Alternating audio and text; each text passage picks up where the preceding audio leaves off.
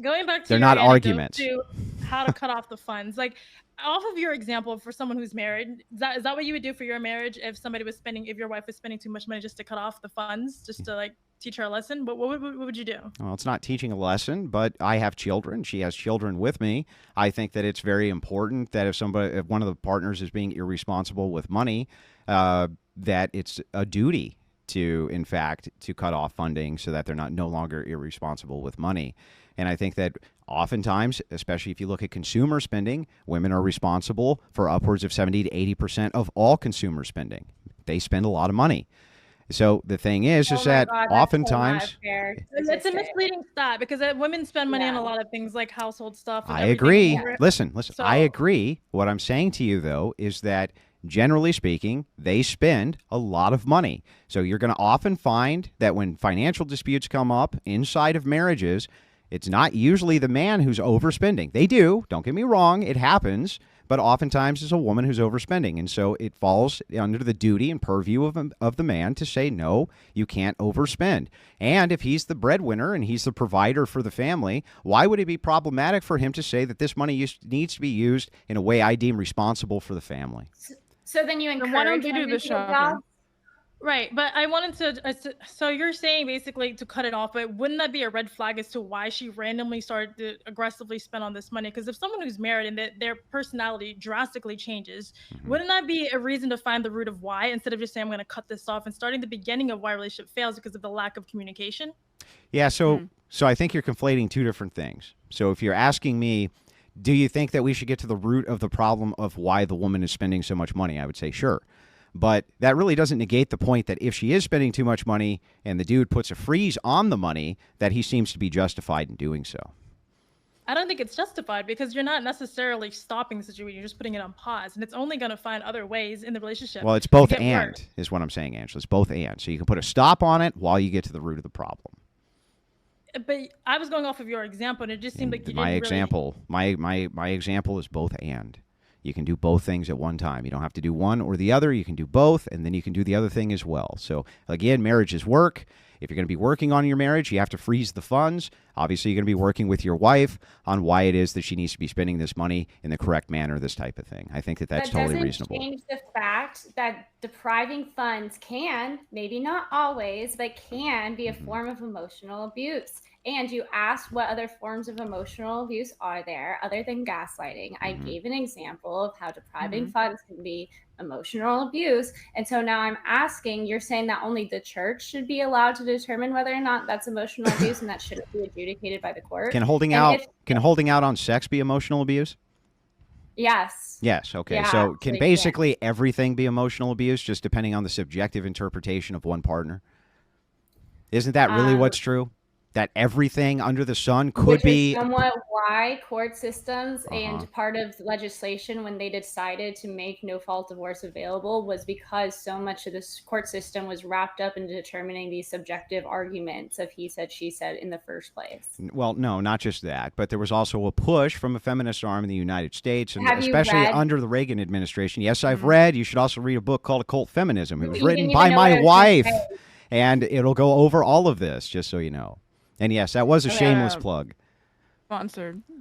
Have you read We the love justifications that legislators have made for the reason in which they have implemented no-fault divorces in their state and why other legislators in their various states have still kept some sort of at-fault divorce available for those who want it? Covenant marriages. Those justification for no-fault divorce is not even recent. So there you'll find justifications throughout feminist literature going back all the way to the Not what early. I asked. Listen, I'm answering your question. No, you're not. Yes, I am. Let me finish. You'll find justification literature going back all the way to the 1800s for an attempt to push no-fault divorce or being able to get divorced for no reason at all because you want to. It's part of the women's liberation movement. They've been pushing for this forever. Under Reagan, there was all sorts of different justifications which were pushed for it. But here's the thing. Reagan started in California by doing this, and then he made it nationwide. It was a huge mistake. How did civilization survive, Lauren, pre-Reagan instituting no-fault divorce? How? I mean, why didn't everything just blow up? Okay, so I love how you pivot from answering my question and give me another question, but I'm just going to repeat. It's like the most thorough way I could have answered it. What the legislators wrote. Which legislator? When there's various legislators. Yeah, give me one name. You don't know one name. You're asking me a question. If I've read a legislator, you don't even know one name. You're not even letting me finish so under the footnotes. Give me one name. Oh, just let her answer. I just answer mine. Give me a name, and then I can answer the question. You don't know the name. Why is she even asking me the question? I'll be the researcher. Which Supreme Court justice wrote that? I couldn't give you the name. I've read Loving v. Virginia. I couldn't give you the name of the Supreme. Do you know right. Supreme Court Have I read the justifications of the people whose names you don't know? This is big brain stuff, Lauren. I'm asking under the footnotes of all of these laws, for instance, the creation of the covenant law, you could look up why the legislator wrote that into the law, and they give their rationale. And that's nice of them. No, I haven't read everything that everybody's ever written, Lauren. Yes. Yeah, then why are you expecting her to have done that? Because because if she applies the standard to me of have you read X, but she can't even tell me the person whose name I should note to have matter. Nina. Like, you're just Nina, stop, Nina. So you have to know every little aspect. If you ask me a question, if you ask me question X, Nina, if you ask me a question, have you read what X person has said, and I say what's X person's name, and you say I don't know, your credibility goes to zero. No, that's not true. It is true. That's very silly. That's very silly. The author's name. There's plenty of things that I've read that I don't know the author's name. And if you haven't read a lot of things without knowing the author's name, I'd be curious how much you've read in your life, which appears to be books. What's a book? What exactly was your question? Are those things that got words in them and stuff? I will Google it for you, my guy. If you don't know the name either, like I don't know, like I will Google it for you. What was your question when that you were getting all pissed off and like trying to pivot and distract from her line of thought to answer? You don't remember the question that you're going to Google? You want me to repeat the question? I was looking up something else. By all means. Okay, so the legislators who wrote, like for instance, Georgia. Does Georgia have covenant divorces? Okay, I don't know. The various states in which have covenant divorces, they typically write a treatise as to why they created a covenant divorce, or why they got rid, or why they changed the legislature. I'm wondering if you've read any of these treatises. No. Okay, so you don't know any of the legislators' justifications for getting rid of at-fault divorces. Well, no, that's not what I said. There's more to a legislation process than a treatise. So there's all sorts of political justifications which are done on the national and localized level by several different authors. Oftentimes, legislation like this is not even drafted by the person who writes it. It's drafted by external parties, Lauren. So, no, I may have read quite a bit on it, but that doesn't mean I've read an example of a treatise directly. So, okay, if you've read quite a bit on it, can you please give us some of the reasons and why these legislators chose to get rid of at-fault divorces? Where? And which legislature? Let's just say New York. Okay, and which legislature? Under who? Who introduced the legislation? I'm asking you if you've read I'm asking you why. And I'm just asking you to give me the answer so that I can answer your question. You don't know. I don't know which specific legislature. Yeah, so don't ask me stupid questions, Lauren. Stop asking stupid questions, Lauren. That definitely comes off like you know what you're talking about. You're not just pivoting, definitely, Andrew. I'm asking you a broad question. Yeah, I get it. You're asking me to pin it down to a specific person. I'm asking you, what is the rationale legislators gave for getting rid of at-fault where and which legislature, Lauren? Why not New York? New York, for example. Okay, which legislator? Literally any of them. You're saying that you've read some of these decisions and it's a more broad thing, it's more general, and there's these public. It wasn't. Are you asking me if I know? So I just want to make sure I get this right. If you're asking me, Andrew, do you know a specific legislative body in New York and their justifications inside of New York for why they did X thing? The answer to this particular question is no. What's your point? Can you give me any rationale that these legislators gave for any legislator in any jurisdiction gave for changing the law to no-fault divorce at-fault divorce to no-fault divorce. Yes, I can give you what the Reagan administration said. Why was that so fucking difficult for you? Because Okay, ahead. next time, just be either concise with your question or make it make sense. You guys don't gotta do this whole thing. Let's just stay focused. So go ahead. anyway. Yeah, so the Reagan administration, they pushed this in California, and much of the justification for it came from literally the liberal arts section of California, liberal universities. And what they were pushing at the time was that women were subject to all sorts of different types of abuses, and that the patriarchal system in which they were living under were oppressive to them. And this was a huge push in California, and as they say, as goes California, so goes the rest of the United States. So, yes, those were many of the justifications which were given at the time for why it was that we needed no-fault divorce. But there's other far more specific examples going even further back in history, as feminists have been pushing this for a long time. All right, I'm going to give a 5-minute warning before we move on to the next topic, because we've been going about for an hour, so just a heads up for everybody.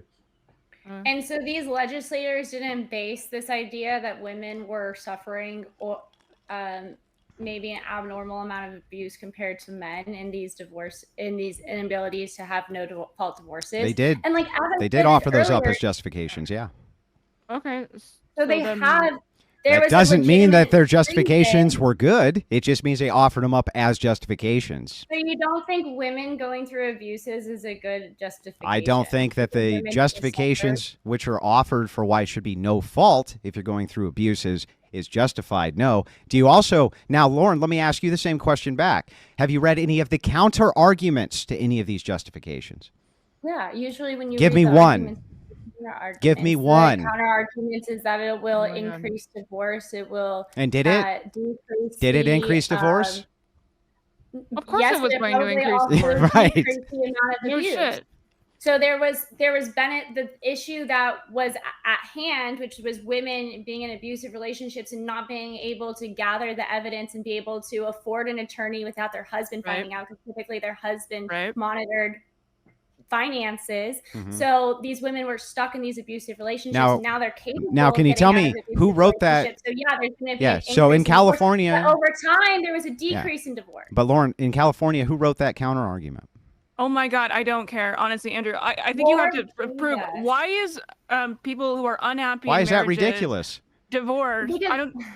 I read it. I don't necessarily. You don't have to know the author of everything. Then how do we know that it's true? How do we know that it's true? Can you show it to me? Oh my God! You just seem to have maybe read like 5 things in your life. Okay, wait. Okay, hold on. We only have a little bit of time. Can you show it to me, Lauren? I want to ask Andrew, why is divorce inherently bad for you? That it, like, if it's going through a bunch of abuses, why do you think that it shouldn't be fair for somebody to leave? Because the primary edict of a marriage is not about you, and it's not about your spouse. It's about your children. And, so continuously keeping continuity inside of your family is the most important thing that you can do. The outcomes for children, and you're all consequentialists, I'm sure, the outcomes for children are almost always better if they stay inside of your household. Let me give you an example of how bad this is, Nina.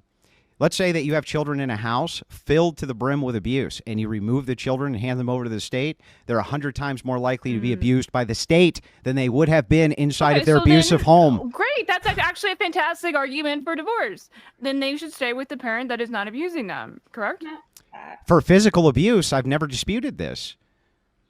Okay, so then you should support divorce. No, that's not. Well, under the pretense of physical abuse, I've already said that that's a justified reason for divorce, Nina. Okay. Is there any line for emotional abuse? And that's a call-in question. So I think that the church is far better at adjudicating this than the state is. So there isn't a line, but there is a line. Famously not bad at the state famously not bad at. Ridiculous. The state is who's famously not bad. Come on, Nina. The state is awful when it comes to adjudication. Then yeah, no, Democrats too. Now let me explain the rationale. Let's trust the I'll explain. No, I wouldn't trust the Catholic Church, but let me explain the rationale so that you understand. Is there a line I'm going to explain the rationale for why it is that the church would be better at adjudicating this than the state. The church would be better because you're part of the church. Because you're a part of the church's congregation, they know you, your priest knows you, this is a community which knows you. They have intricate knowledge of your intricate details, whereas a judge, and especially a state judge or a state appointed judge, they know very little about you, very little. Exactly. Very little. They're not impartial. If they were impartial, then they well, wouldn't be if they giving knew women that would everything make in it divorces. What? They don't give women everything. Yeah, divorce. they have traditionally done God, that. you are so afraid of your wife leaving you. I think it's very hilarious. So once again, first of all, you can't have this church adjudicate things that are interwoven with the state, because you can't have the church adjudicate. Like, it's just unconstitutional. I'm sorry. And you seem to care about the Constitution. I think you do. I don't know. I can't really tell with you.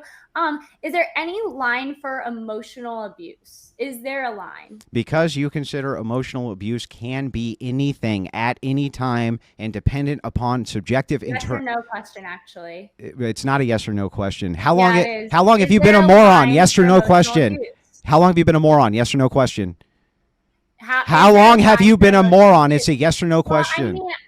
I mean, I just passed the bar, and I went to law school. So that's not yes or no. That's not yes or no, but, Lauren. That's not yes or no. I don't know how long I've been a moron, Right. because I've always thought I was pretty smart. So back to answering your question. Yeah. So I'm going to answer this question. Okay. There actually can't be a line because you set it up and stated that this is subjective and everything could be considered emotional abuse. Everything. So it's up to subjective interpretation. So how could I delineate a line?